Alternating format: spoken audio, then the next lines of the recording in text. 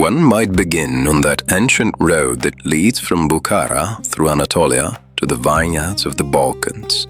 Along its shifting frontiers traveled merchants, soldiers, pilgrims, exiles, and dervishes. The early Ottoman Uç, the frontier zone between the settled Byzantine lands and the territories beyond. It was a place where religious devotion, migration, warfare, and political ambition constantly overlapped.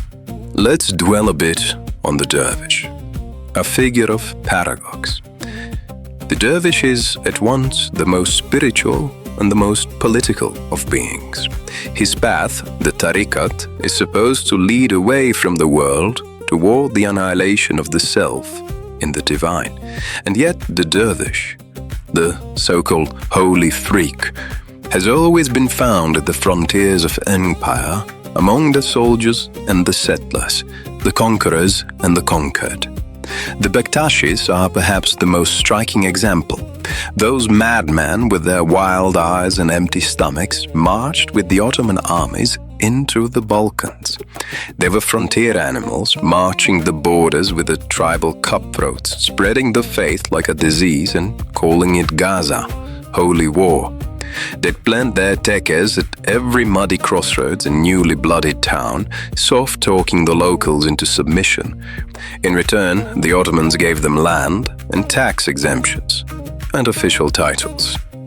Their traditions became closely associated with the Janissary Corps. The early Ottoman Beylik was a small principality on the edge of the Byzantine world.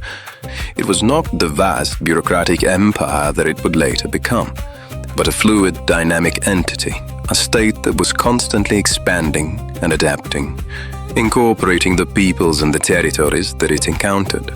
So the dervishes were essential as mediators between the conquerors and the conquered. The Bektashi order was a product of this world of movement and improvisation. They were syncretic, drawing on the Shiite and the Sunni, the Christian and the pagan. Their rituals were a mixture of the orthodox and the heterodox.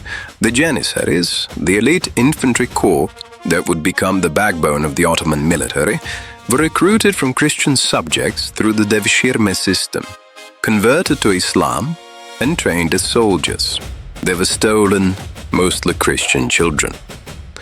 The Bektashi got in deep with the Janissaries, spiritual mentors they call them, their pirs, patron saints, the ones who initiated them into the mysteries of the order and the loyalty to the Sultan.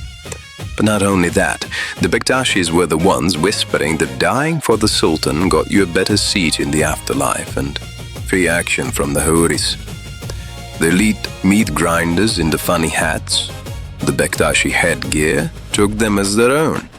They carried into battle holy Bektashi cauldrons. They pledged oaths to Haji Bektash, who they believed watched over them from beyond the grave. There was a Baba living right in the barracks. Brothers till the end. Over time, the connection became so intimate that the Janissaries were sometimes referred to as the Vakay-ı Corps, and the Bektashi sheikhs were given a special place in the 99th Orta, or battalion, of the corps. Until 1826, when Mahmud II decided the party was over. By the 19th century, the Janissaries had become a problem. They were too powerful and too independent. They had their own ideas about how things should be run. So Mahmud II wiped them out in half an hour of cannon fire. Vakay-ı Hayriyye, the Auspicious Event, the historians called it, like it was somebody's birthday. Mahmud bombarded their barracks and massacred hundreds of them in the streets. The paperwork said it was a victory for modernization, for progress. Then he turned on the Bektashi. He called them contemptibles and a conspiracy. The order was banned, lodges smashed, Babas beheaded or exiled, property seized to pay for the new army. They said the Bektashi had corrupted the original teachings, that they were heretics. Shiite-leaning, alcohol-drinking, prayer-skipping fellows who'd vote the Janissaries into rebellion. Propaganda, pure and simple. Esad Effendi and the rest of the palace scribblers wrote the script. The real reason? Wipe the brothers, take the land, feed the new soldiers, and shove Sunni orthodoxy down everyone's throat. Power is the real reason. Naqshbandis, the ones who prayed correctly, got the best lodges as a reward. Sunnitization by the sword and the deed. The destruction of the Bektashis order was an act of institutional self-protection. The state could not tolerate an independent source of authority, an institution that claimed a loyalty higher than that owed to the Sultan. The Bektashis, like the Janissaries, had to be eliminated. But the story goes wider. Sufism wasn't just one freak show, it was a whole city of them in Istanbul. The Naqshbandi order, in contrast to the Bektashis, cultivated a close relationship with the Ottoman state. They were the champions of Sunni orthodoxy, the defenders of the Shariat against the innovations of the Sufi orders. Their emphasis on strict adherence to the law, rejection of ecstatic practices, their cultivation of a sober and disciplined piety, all of this made them attractive to the political authorities. The Naqshbandis were also adept at navigating the complex networks of Ottoman society. They cultivated relationships with the ulema, the scholars who staffed the madrasas and the courts. They attracted the patronage of the wealthy and powerful. They established lodges in the urban centers where they could exert influence over the educated classes. Their teaching of solitude within society, halvet der enkumen, allowed them to maintain their spiritual discipline while remaining engaged in the world. The Halvetis were different. They were wilder, more useful to the state in its campaign against the heterodox. They were more willing to fight the Kizilbash, more willing to enforce orthodoxy and to do the dirty work. But they were also more suspicious. The state never fully trusted them. They were too strange, too alien for them, too close to the Shiites and the Safavids, too close to the wrong side of history. But they adapted, survived Selim's purges, built networks in the provinces. The Qadizadelis were the worst. They were a puritanical reform movement that emerged in the 17th century and attacked the Sufi practices of Sema and Devran as innovations, bid'ah. They hated everything new and thought that any innovation was a sin. They hated the music and the spinning and the ecstasy. They thought it was all unbelief, all a path to hell. They even managed to get the Sema banned for 18 years.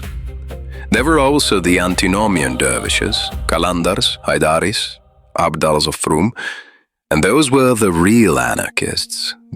They rejected everything. They lived in extreme poverty, celibacy, self-inflicted pain. They rejected the social order and called this piety. Most of them got absorbed or crushed by the state. The Bektashi order, despite its suppression in 1826, did not disappear. They survived by going underground. They hid their identity and maintained their traditions in secret. They found refuge in the provinces, among the peasantry and the marginalized, in the cracks of the Ottoman social structure. The revival of the Bektashi order in the second half of the 19th century was remarkable in its speed and extent. By the 1850s, the Bektashis were once again visible in Istanbul, their teachings circulating in print. The state, though it never officially recognized the order, tolerated its existence, turning a blind eye to its activities as long as they did not threaten the political order. And yet the revival was also a transformation.